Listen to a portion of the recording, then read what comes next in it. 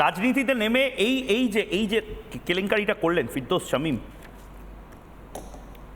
আপনি দীর্ঘদিন ধরে দেখেছেন জাস্টিস গাঙ্গুলিকে, প্রথম প্রতিক্রিয়া কি? ভুল করলেন, ঠিক করলেন, কেলেঙ্কারি করলেন, বিজেপিতে গিয়ে সর্বনাশ করলেন, বামফ্রন্টে এলেন না?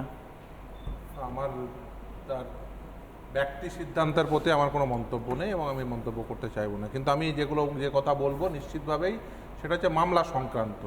কারণ এই যে কথা বলছিলেন না জাস্টিস গঙ্গোপাধ্যায়, এই মামলার বেশিরভাগটাই আমি মামলা করেছি। এগুলো কি পলিটিক্যালি মোটিভেটেড? এবার যদি অভিষেক ব্যানার্জি, না আমি নির্দিষ্টভাবে আজকে আপনি আমাকে তৃণমূলের দালাল বলতে পারেন, আপনি অভিষেক বন্দ্যোপাধ্যায়ের কথা বলতে পারেন, কিন্তু আজকে বাংলার মানুষেরও এটা প্রশ্ন যে আজ যদি অভিষেক বন্দ্যোপাধ্যায় বা কুণাল ঘোষ বা দেবাংশু বা যে কেউ গিয়ে কোনো কোর্টে গিয়ে বলে, দেখেছিলেন তো এই হচ্ছে ফিরদৌস শামীম সিপিএম করে, এই হচ্ছে জাস্টিস গাঙ্গুলি যে এখন বিজেপি করে, এই পুরো মামলাগুলো তো আসলে আমরা বলেছিলাম যে এগুলো তৃণমূলকে ফাঁসানোর জন্য, তখন কি করবেন? এবার বলি যে জাস্টিস গঙ্গোপাধ্যায় তিনি রায় দিয়েছিলেন, সেই রায় চ্যালেঞ্জ করে, শুধুমাত্র জাস্টিস গঙ্গোপাধ্যায় একা রায় দিয়েছেন তা তো নয়, সেই রায় চ্যালেঞ্জ করে ডিভিশন বেঞ্চে গেছিলেন জাস্টিস সুব্রত তালুকদার, তিনি ডিভিশন বেঞ্চে জাজমেন্ট দিয়েছিলেন।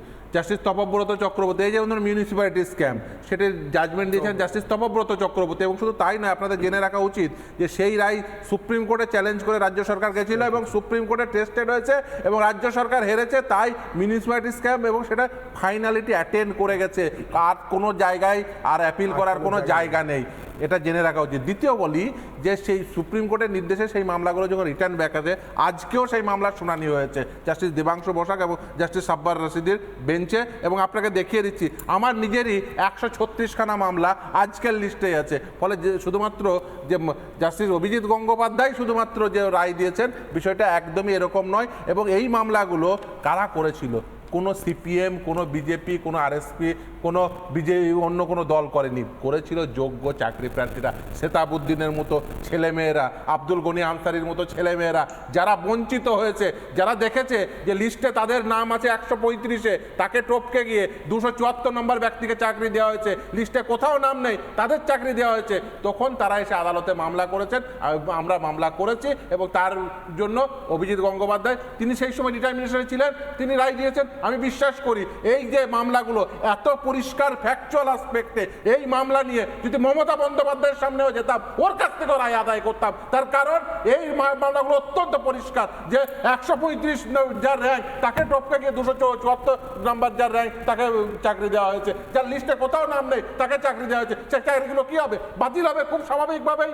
কিন্তু আজকে ধরুন আপনি যদি মনে করেন যে কোনো একজন বিচারপতি তিনি তার ব্যক্তি সিদ্ধান্ত নিতেই পারেন, তিনি রাজনৈতিক দলে যোগ দিতেই পারেন, কিন্তু তার অর্থ এই নয় যে সেই মামলাগুলো। তাহলে অভিষেক ব্যানার্জি বলছেন কেন? আমি এই প্রশ্নটা জাস্টিস গাঙ্গুলিকে করেছিলাম, ফিরদৌস শামীম আপনাকেও করছি, অভিষেক ব্যানার্জি তাহলে বলছেন কেন? একবার অভিষেক বন্দ্যোপাধ্যায় কি বলেছিলেন এবং তার উত্তরে এটা এর আগেও তৃণমূল কংগ্রেস কি বলেছিলেন এবং তার উত্তরে জাস্টিস গাঙ্গুলি সাক্ষাৎকারে কি বলেছেন শুনবো, এবং ফিরদৌস শামীমকে একই প্রশ্ন করব, একবার শুনে নি।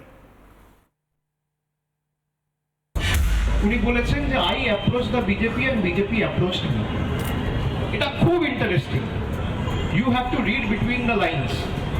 উনি তার মানে স্পষ্ট করে বলছেন যে আমি যখন বিচার ব্যবস্থায় বিচারকের চেয়ারে বসে বিভিন্ন শুনানিতে আমার রায় দিয়েছি বা আমার এজলাসে যে সমস্ত ঘটনা শুনানি হয়েছে, সেই সময়ে বিজেপি আমার সাথে যোগাযোগে ছিল এবং আমি বিজেপির সাথে যোগাযোগে ছিলাম।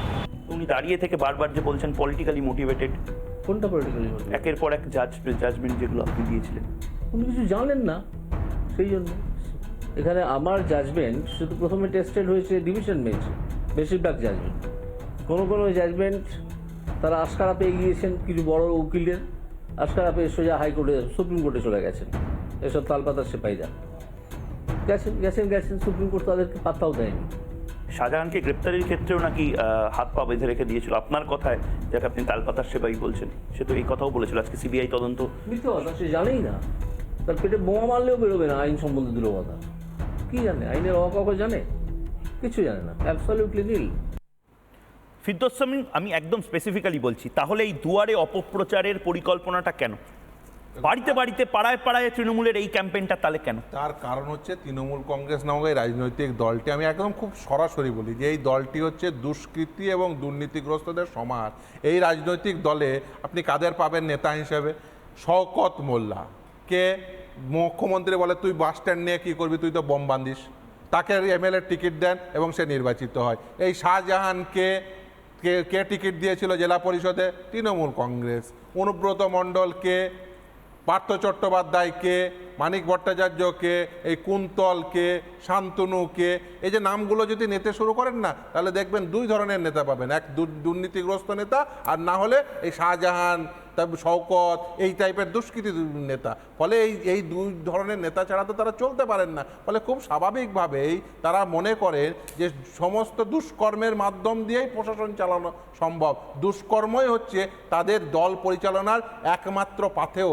এই অবস্থায় দাঁড়িয়ে তারা যখন বুঝতে পারছেন যে তাদের অবস্থা যথেষ্ট খারাপ, তাই তারা বিভিন্নভাবে আক্রমণ করতে চাইছেন, যেগুলো সত্যি সত্যিই এই যে বিভিন্ন বিচার ব্যবস্থার মধ্য দিয়ে উঠে এসছে যে তারা এই দুষ্কর্মের সঙ্গে যুক্ত, সেইগুলোকে নেগেট করতে চাইছেন এবং মানুষের সামনে একটা অন্য ধরনের স্টোরি বিল্ড আপ করার চেষ্টা করছেন। কিন্তু এই করে লাভ হবে না, কারণ মানুষ সাদা খাতা দেখে নিয়েছে যে সাদা খাতার মাস্টারদের দ্বারা তাদের ছেলে মেয়েদের পাঠ দেওয়ার জন্য সমস্ত রকম বন্দোবস্ত করেছে এই মমতা বন্দ্যোপাধ্যায়ের সরকার। এই সমস্ত দুষ্কর্মের সঙ্গে আমি সরাসরি বলছি, মমতা বন্দ্যোপাধ্যায় নিজে সরাসরি যুক্ত। যদি ইমিডিয়েট কাউকে জেলে পাঠাতে হয় তাহলে সেটা হচ্ছে মমতা বন্দ্যোপাধ্যায়। সুদীপ্ত দা, তৃণমূল কংগ্রেস এই মিথ্যাচারটা চালাচ্ছে কেন?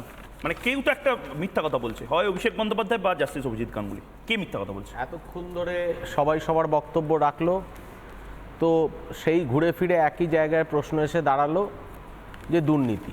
তা আমার সেটাই তো কথা সবচেয়ে বড় হচ্ছে, এজেন্ডা। যখন উনি একটা জুডিশিয়াল সিস্টেমে ছিল, ওনার হাতে যখন আইন ব্যবস্থা এবং বিচার ব্যবস্থা ছিল, তাহলে উনি রিজাইন করলো কেন? উনি তো এই জাজমেন্টটা বা এই কেসটাকে পুরো কন্টিনিউ না করে উনি প্রি রিটায়ারমেন্ট নিচ্ছিলেন কেন? কেন ছিল না? এই আপনার থেকে কেন ছিল না? সুপ্রিম কোর্টের কেন ছিল না? কেন ছিল না? কেন ছিল না? আপনারা বলুন, এটা বলুন কেন ছিল না? সুপ্রিম কোর্টের নির্দেশ এই হচ্ছে মেন কারণ। না না, আপনি জানেনই না, পাবলিক শুনে রাখুন কারণটা কি। আজকে জনগণ শুনে রাখুন কারণটা হচ্ছে এই রাজ্যে এত দুর্নীতি হয়েছে, শান্তি পাচ্ছেন না। সুপ্রিম কোর্ট বলেছে এইটা আপনি বলুন। পাবলিক স্ক্যামের আপনি বলুন, আপনি বিজেপির প্রতিনিধি বলুন। পাবলিক স্ক্যাম, গণ আপনি দুর্নীতি বলুন। চেহারা নিয়েছে, এটা কেউ বলেছে? আপনারা সুপ্রিম বাংলার কোর্ট, সকল অন্য মানুষ কেউ জানে। বলেনি। তাই যেহেতু আপনি বলতে আরেকবার জিজ্ঞেস করুন, সিদ্ধবাবু। যেহেতু ডিভিশন বেঞ্চেই হয়, তাই সুপ্রিম তাহলে কে কোর্টের মিথ্যা কথা বলছে? নির্দেশে সুদীপ্ত দা, division সুদীপ্ত দা কে মিথ্যা কথা? বেশ, ফিরদৌস আমি বুঝলাম। সুদীপ্ত দা কে মিথ্যা কথা বলছে? মিথ্যা কথা বলছে সেই চিল্লায়।